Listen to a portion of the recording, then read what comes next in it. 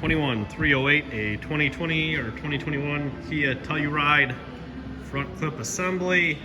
I think it's down just a fender. This is one of the higher end packages. Needs to get a little bit cleaned up, but she is in good shape. Got dirty from the car ride over from the auction to bearing and springs.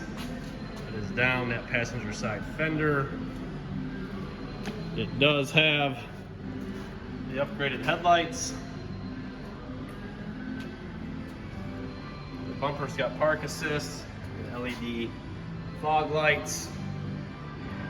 It has a front radar sensor, has a front surround view camera. See there. Front surround view camera. I believe there's a radar down there. The bumper itself is in good shape. Had the 3.8 engine, as they all do. Got a good cooling package. Got your fender liners in there, washer bottle, coolant bottle, fuse box, under the hood AC lines. Your core support is sound and intact. Stock number 21308, Kia Telluride front clip. I believe this one is already sold.